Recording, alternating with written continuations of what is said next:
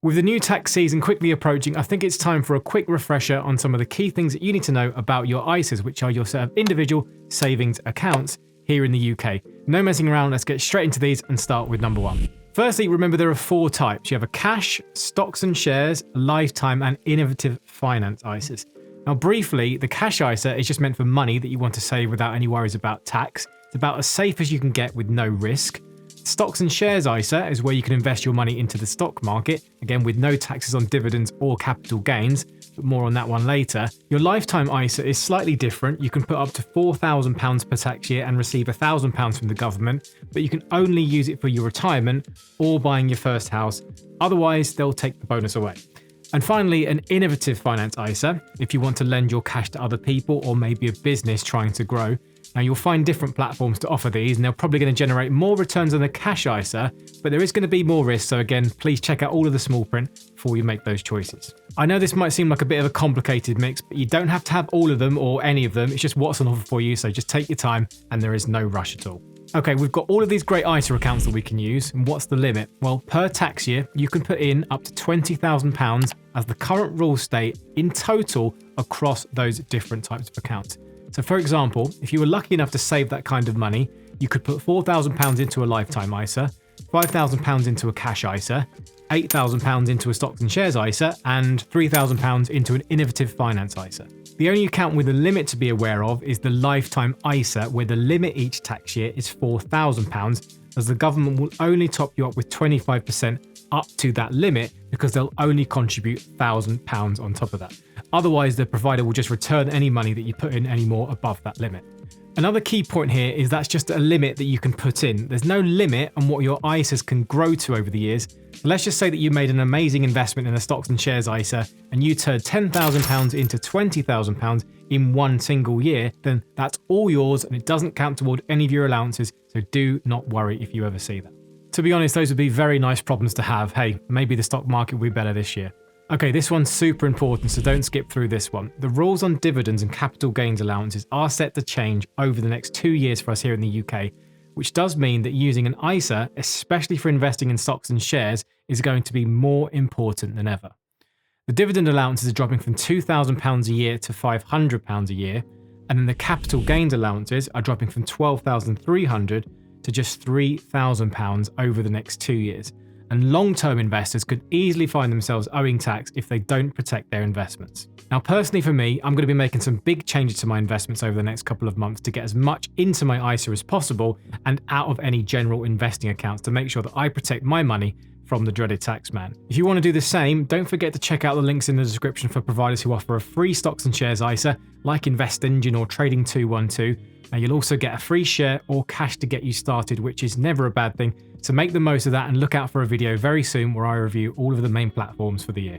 Right, this next one catches people out a lot and the wording can be a bit misleading. The rules say that you can have as many ISAs as you like, but you can only contribute to one of any kind per tax year. So that's the key word here, contribute. You can happily open a new stocks and shares ISA each tax year with a brand new provider, but you can only put new money into one of them. So once you've made your choice, that's you set for that tax year. What's good about this is if you do find a provider who might be offering a better service or better fees, you don't have to just stick with an old one that's costing you a fortune. So the lesson here is just make sure you shop around, don't be loyal for the sake of it if they aren't looking after you, and also think about which one you want to use your hard-earned money on. For example, 1 year you might want to invest more into a cash ISA than a stocks and shares ISA, or if you're looking to buy a house soon, then a lifetime ISA could be a better option. Find out what works for you and stick with it. Remember, I'm not a professional financial advisor, so please do all of your own research and double check things as well. Back to the point that we don't stress enough, but as well as providing you with a tax-free way to invest, when you use your stocks and shares ISA and get paid dividends over the years,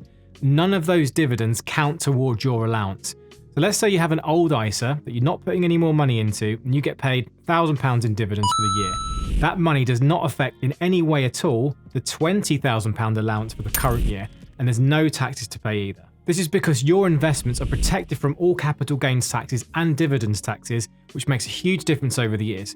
I mean, just imagine after investing for your whole lifetime, maybe 30 or 40 years, up to a 6-figure investment pot. If you want to start selling some of that for your own retirement, you can take as much or as little as you like with no concerns about taxes. So as an example, if you paid yourself £25,000 a year from a stocks and shares ISA, that would be the equivalent of earning around £31,000 as a taxable salary.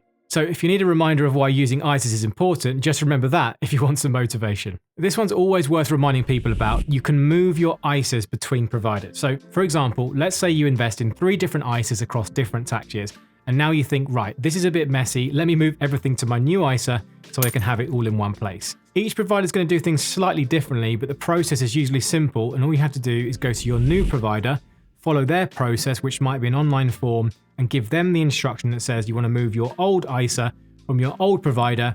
Here's your account number, name, etc., something like that. And the new provider will take care of things for you. There's always small print, and some people might charge fees for leaving them, but most of the time it shouldn't cost you anything, but you might have to sell your old investments down to cash before you can move those things across. The good thing about any transfers is that this money does not count as new money, so it won't affect your £20,000 allowance for the new tax year. I think this is always worth a reminder because it's good to shop around, and like I've said before, if you can get better rates on savings or better deals for your stock market investing, then why not make the most of it? Also keep an eye out for offers too some providers have when you even get cash bonuses for transferring those old ISAs. Now we touched on this one briefly earlier, but I do think it's worth just touching on a little bit more detail on your lifetime ISA. I think it might be underused and many people might be missing out.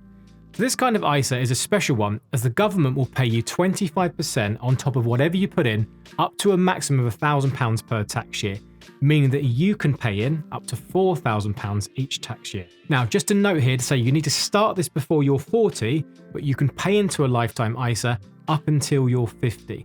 Now, I'm not sure where else you can get a guaranteed 25% return on your money, so don't sleep on this one, but do remember that you can only withdraw the money either to buy your first house or you're age 60 or over. Otherwise, you'll end up paying the 25% back as a penalty.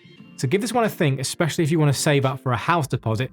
Getting 25% guaranteed is definitely better than risking any investments in the stock market. Right, who said investments couldn't be a family matter and you had to be 18 years old to have all the fun?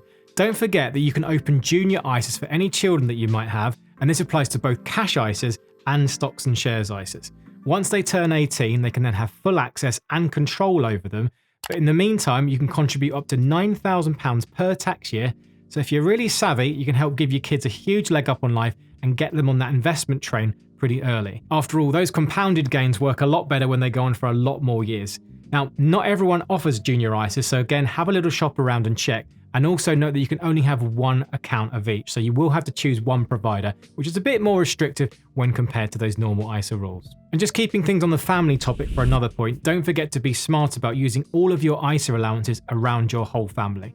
Now, I know this will only apply to a small number of people who can actually take advantage of this, but still, if you're married or you're in a partnership, you've got £20,000 each to use, so there's no excuse to invest in general investing accounts and have no worry about any taxes.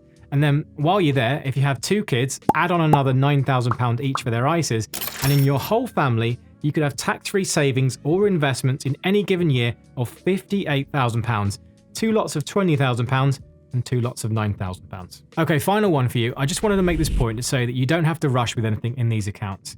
Let's just say that you did manage to put £5,000 into a stocks and shares ISA, but you're not quite sure what you want to invest in, or if you want to go all in at once or just buy some investments over a few months. It's all up to you and your decision.